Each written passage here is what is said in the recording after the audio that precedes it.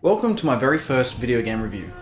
Today we're reviewing Sekiro Shadows Die Twice, which is more of a spiritual successor to the series Tenchu and a culmination of the games Bloodborne and Dark Souls, sort of combined into the one. So, let's discuss the good and the bad for this year's biggest game so far, and what better place to start than the combat. And what From Software fan doesn't expect the combat to be precise, meaningful, and polished. But FromSoft has taken it to a whole new level, including 360 degrees, enhanced range of movement, jumping in combat, dodging, vertically, blocking in the air, as well as on the ground. You can interrupt your own combat animations now, which has been a request ever since, well, the Souls series existed. The biggest mechanic would be the parrying and deflecting of attacks that are incoming to your character. Now, this has always been a staple of the Souls and Bloodborne series, but they've taken it to the next level with this. Now, it's the bread and butter of this game. If you can't master parrying and you can't master the deflection, you're gonna have a pretty bad time. So this opened the game up to the fact that everything has a posture bar now. And in order to defeat the posture bar, which results in the instant kill takedown, means you have to be damn good at your deflection. The deflection affecting the posture bar has now become a massive staple for this game. Everything you do will rely on how good you get at this mechanic. And what I mean is that every mini-boss, every main boss, generally comes with 2 health bars. And in order to take them down, you'll most likely be filling the posture bar quicker than you'll be taking out their vitality, which then obviously results in an instant kill towards that boss, or mini-boss, or NPC, depending on what you're fighting. Which is why stealth plays such a big part in this game.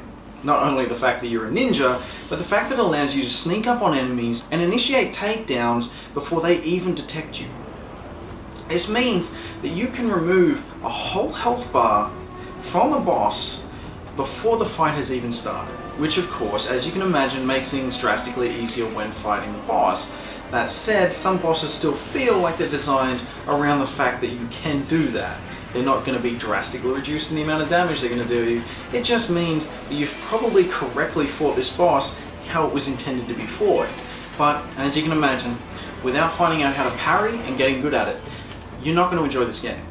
It is going to be an absolute challenge when it comes to fighting enemies whose attacks are relentless. You won't even get a break to get in and deal that little bit of vitality damage without blocking and breaking their posture, or at least deflecting enough that it gives you an opening to deal damage back to them.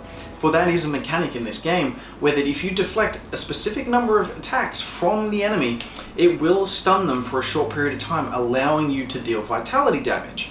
And if you deal that vitality damage, it means that the posture bar will not reduce as quick. And yes, that is a painful mechanic. That means that if you are not successfully landing hits, you are not successfully deflecting blows, their posture bar will decrease. Which means you're trying to keep an offense and defense balance that results in you getting those takedowns, but at the same time trying to learn the fight so that you're not getting hit yourself. Because as soon as you get hit, that gives them the benefit and their posture goes down. And now let's talk about a little bit more of the difficulty. There is no multiplayer in this game, which means you cannot summon anyone to help you on boss fights you get stuck on. If you get stuck on someone hard, you can't summon that guy that's level 2 million to come in and one-shot your boss for you. Nor can you summon any NPCs to assist you in the combat, at least trying to drag away some of the aggro from the boss so you can at least get some cheeky hits in. That's not here. There's a couple bosses I know of that you can get assistance from NPCs, but it's nothing like the other one. These are not some skilled NPCs that are going to be able to give you a real big hand. It's going to take a little bit of pressure off, but it's no game changer. And this leads to a lot of trouble with people getting stuck on bosses.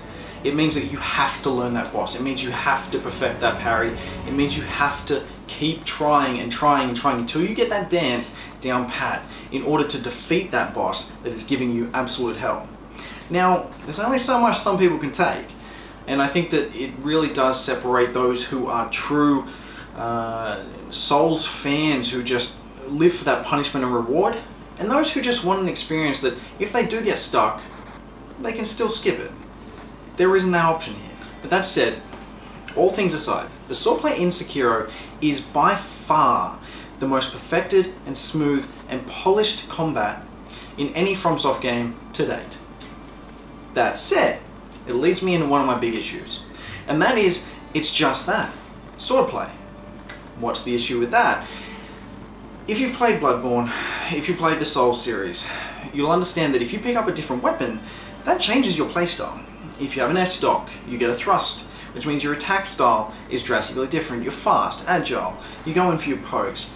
You get something like the, Moon Greatsword. Well, then you're going to be slower, but you're going to deal a lot more damage. Same with armors and stuff like that. Things change the way you play. In this, however, that's unfortunately not the case. It means that your sword, your katana that you use, you're going to be using the exact same attack animations from the moment you start to the moment you end this game. You only have one weapon, and that means your main weapon damage never changes. You can increase the amount of damage, but the actual animation itself, the feeling of fighting, never changes. Some would say that's a good thing. It means that you can perfect it, you can master it. But to some who have always played these games in a specific style, you're forced to play it in a style that you may not be comfortable with. Which for some, that's fine. Put them in that stressful situation. At the end of the day, people paid money. People wanted to experience this game from a developer that has always offered them the choice. But that doesn't mean they've completely removed everything. They have added prosthetics. Now, prosthetics sort of change up the way that you engage enemies and bosses, in the way that they've removed a lot of elemental effects like your electricity, fire, acid, all these things that you can view into your weapons feel like they're being replaced by the prosthetic system, which is a selection of tools, if you will, that you can add to your character to then change up combat situations. For example, you have an axe that you can then use to destroy shields on some creatures and then be able to finish them, which would otherwise be near impossible to beat without. You have stuff like a flamethrower that obviously some creatures have a weakness to fire, and if you get enough on them, then they're stunned. So this does change up the combat enough, but it still lacks that choice and that individualized feeling of playing the character how you want, instead of just going through a checklist and saying this boss is weak to this, so I have to use it in this situation. So what else is there when it comes to the combat? Experience. This is the new way to progress your character. Unlike Souls, in previous Souls games, they've removed that whole system and replaced it with experience, which means that when you kill enemies, you get experience points to fill a bar. When that bar gets filled, you then bank that experience into a skill point. Now, if you die while gaining that experience, it means that instead of losing it all, where you can pick it up, it's gone forever, but only half of it every time you die. So if you have 100 and you die, you have 50. And if you die again, 25, and so on and so on. But if you fill that bar, you get a skill point banked permanently, regardless of how many times you die. Those skill points are used in the new, tech tree, skill tree that they have added to the game. And I'll be serious, it is a generous amount of skills that they give you. 5 whole skill trees. And someone tells me you might need to do a few new game pluses or a lot of farming in order to actually fill out any of these completely. I think I maxed out 2, and that was only a little bit of grinding. But what is in these? Except for simple combat skills, you have passives which come with skills like the ability to counter spears and long swords that would often be a death blow. Now you can counter them as if you were deflecting a normal attack. The ability to kill and take down enemies, which then grant you health back, which is a massive help when it comes to traveling between bosses each run, so you're not sort of taking that little bit of health off by missing a few hits from the mobs on the way. And increasing your Estus Flask amount and stuff like that. Your general stuff to help you in combat. Now these are good, but then on the other side you also have these skills that are your special skill. Now this special skill, I guess, were planned to be something to change up combat. So you have a special move when you pull both triggers at the top and all of a sudden you pull out this new fighting combo that you've unlocked. It's good, but a lot of the time the animation you get stuck in is not worth the pull, The damage isn't great, and until you get a later game, they're sort of pointless in my opinion. They are a nice thing to close some distance or do a little bit of group damage, but other than that, it's not like having those individualized weapons that change your playstyle entirely. It just feels like an extra button to put out some fancy moves. So, How do you increase your health and your stats? How do you increase your attack damage? Not with experience. Your stats are affected by now items, sort of like Titanite chunks in the Souls series.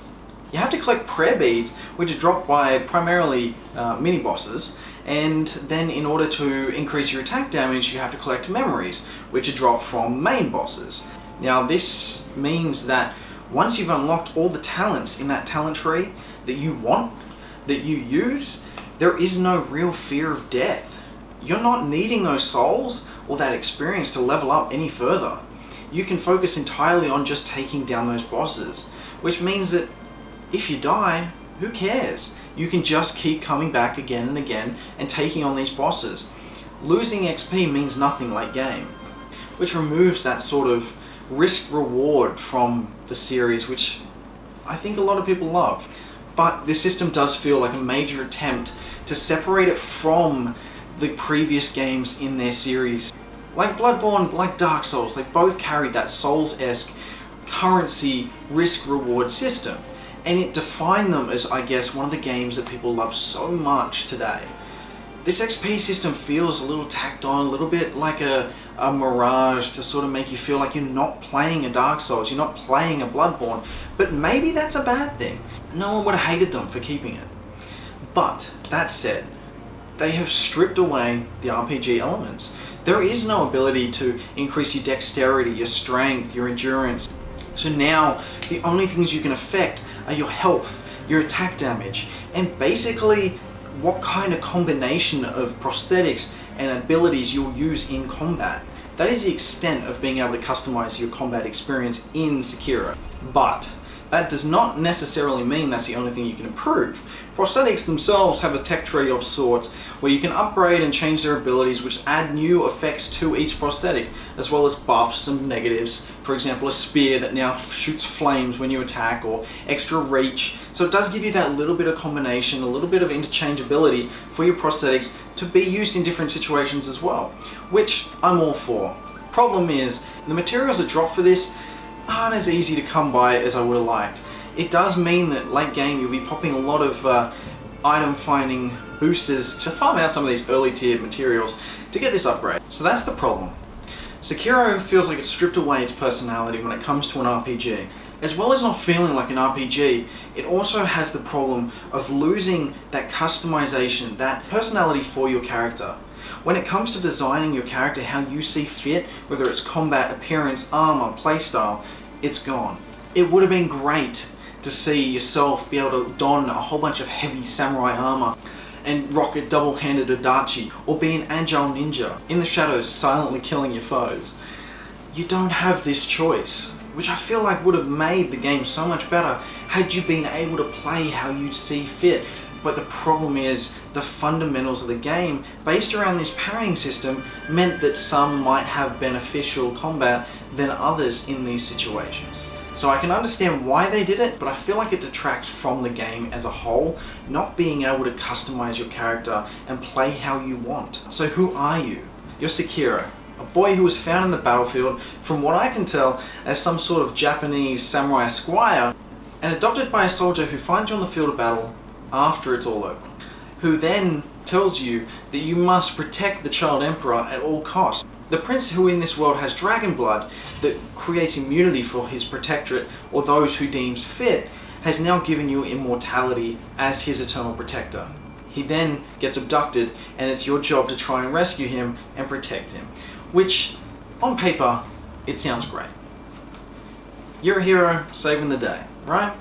Problem is, after the first couple hours, it didn't grip me. The first cinematic was great, the introduction to this world was fun. The first boss fight is honestly probably one of the most memorable, and it was just a nice setup. But after that, once they put you into the world, it loses that factor, that thing that draws you through the game. And it's a shame because you're not playing your character. You're playing Sekiro, a guy who grunts a lot and just is very void of any emotion. It's almost like they created this blank canvas for you to create what you want to be, but didn't give you the tools to do so. That doesn't mean the world isn't beautiful and vast. The map in Sekiro is large, very large, and it seamlessly transitions between zones, at least most of them. So you can see it, you can most likely get there. and it is a beautiful, scenic, tranquil place, but it just doesn't lack that mystery that Souls has. That world that's been, sort of feels like it's been built up for years before you even arrive. It has rich lore, and yet Sekiro, it feels like you're just in a mountaintop village and castle. The scope of where you're actually experiencing these events is nowhere near as expansive as previous games in the title. I mean, Bloodborne wasn't that big itself, but it felt like there was just so much lore and so much story draped in that world. Compared to Sekiro, it just doesn't pull you through as much, which is a shame because the world is gorgeous, and if we're giving awards for beautiful settings and tranquil places you'd like to visit, it would definitely win some. And to fill out this world, you'll encounter a lot of mini-bosses. That said, a fair few of them are going to be repeat encounters with the exact same creature, just a different name, different location. But that said, when it comes to main bosses, you'll be fighting a nice variation of different creatures, different people throughout your adventures. They keep it fresh, the combat's always new when you're facing a new enemy, and they keep you on your toes as you have to learn the new mechanics, learn their new dance, so you can deflect and defeat them in the long run. So, exploration. You've got this big, beautiful world, a lot of mini-bosses, a lot of bosses. Exploration is something that I've always loved in Souls. You always go around that corner and you see that little light and you think, damn, what am I going to pick up now? It could be a new armor set, it could be a new weapon, it could be some sort of item that changes everything, boosting stats, reducing stats, changing the way you do things, rings that make you invisible, things that do things to your playstyle that can completely change your playstyle if you let them. Unfortunately for Sekiro, that's just not the case. Yes, there's a whole bunch of items everywhere, probably more so than any other title in the series. I feel like they're scattered everywhere. But what you're getting from them is nothing great. And you're getting consumables, maybe some gold purses, but not even that much. You're getting basically just stuff that's general items that you can buy from a shop. There's nothing truly special about what you get. And it removes that wanderlust of looking around every corner, wondering if you've found things. The most exciting things you find are going to be the prosthetics. And those are far and few in between. It lacks that joy when you see that tree that has a glowing item at the bottom of it and guarded by some big nasty, and you know that when you beat that guy, you're going to find something under that tree that truly is exciting. That's not here. Unfortunately, exploration isn't that well rewarded. You might just get some ceramic chunks that you can throw at an enemy to let them know you're there. That's about the excitement that you'll find. It's a small issue, I know, but the more you play, the more it becomes apparent. You sort of realize that the game itself is more about just simply killing the bosses and progressing through the story, and less about that wonder of exploring this beautiful handcrafted world. Those items are what drove you to explore this world that they created. But unfortunately, what's here isn't enough to keep you going to every little dark corner. But as beautiful and expansive as this map is, traversing it has now been improved due to the grappling hook. You can now grapple to roofs, to walls, to transport yourself over enemies, not just through them, but you can approach different situations how you see fit. This is an absolutely wonderful mechanic when used correctly, but unfortunately, the increased range of movement has made progressing through the story more difficult. As for old games like Souls and Bloodborne, the routes that you could take were pretty linear. It was all ground level, so it was either left, right, forward, back. When progressing through the story, the verticality makes things more difficult. When you see something above you, a rooftop, a building, you think something's up there, you say, I need to get up there. You go across the rooftop right near it, and you can't grapple to it. And you think, well, maybe I can't get up there. Turns out, that's where the next boss you have to fight is. Problem is, they didn't expect you to go that way. They wanted you to go to the right, and then take that next rooftop and keep going around there. But don't forget to get up on the next one and then follow it right around to the left, and then that one grapple point will take you up there. Have fun finding those. That's my biggest problem with the verticality, is they don't explain where to go when having to take these vertical paths. For the most part, the game's good. There's only one way, back or forward, to go. When it does open up the castle, for example, there are a lot of routes to take from that central hub, but a lot of them are confusing to find. And I know that there are going to be people frustrated with some of the routes that you have to try and figure out. So, From Software lives up to the quality and expectations From Software now have as a company. And they nailed the production, they nailed the combat. Everything feels handcrafted and the attention to detail is always there. They're masters of their craft. But unfortunately the game feels like some sort of Frankenstein between the Soul series and Tenchu. It lacks its own individualized personality. And for me that sucks, because they have a world, they have a setting, they had so much to work with, but they had to take things that people loved from other games, like the combat, the boss mechanics, the way the levels progressed from Souls, and the kills mechanics from Tenchu, but never really created either in a way that was satisfying.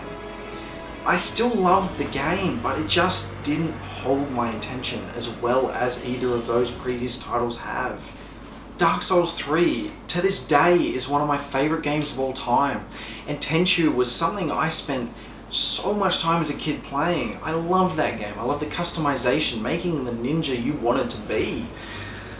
It's all missing from this game. The customization of Tenchu, the world building and the exploration and the loot from Souls, it just feels like it's a shell of what it was trying to be. And I still think fondly back on those games and how much I looked forward to doing New Game Plus, etc. I don't have that desire here. I enjoyed my time, I really did, and I enjoyed the satisfaction that came from beating the bosses. And some of them were really interesting and cinematic fights, but not enough to hold me in for a long time. Not enough to bring me back, time and time again, like previous titles they've made. If you're new to FromSoft as a company, and you want to try and experience one of their games for the first time, I'd warn against this being the choice. I'd say try Dark Souls 3, or if you really care about story, the original. They've just done the remaster as well, which shaped up to be really good, and I love that as well. But this isn't their perfect game. It feels like a step in the wrong direction, and a step in the right. You can tell they're trying to make something a little bit different and individual, but at the same time they can't detach themselves from what's brought them here in the first place. I understand that there's going to be a struggle for them to make something that's truly unique. Well, everyone wants a Dark Souls 4, everyone wants a Bloodborne 2. They have to try and appease that crowd, but at the same time, take some risks. Make something new. You have the skill. But if you're a From Software veteran, and you enjoy Dark Souls, you enjoy Bloodborne, hell, if you've even played some of their older games, you know, Ninja Blade, Tenchu, then you'll enjoy this game. It's good. It's more of what you know. It's missing a few things and you might not like all the elements, but as a whole, it's a pretty damn good game, and one of the best this year. Overall, I give Sekiro, Shadows Die Twice, an 8.5 out of 10. This is a single player story experience set in the vein of their previous titles, but just not getting there, at least in my eyes. But I definitely recommend playing it yourself, as long as you've experienced their better stuff first. Thank you for sticking around, and please feel free to leave me feedback to improve this formula. I love making these videos for you guys. Give me a little bit of help and tell me what I can change to make things a little bit more enjoyable for you guys to see. Until next time.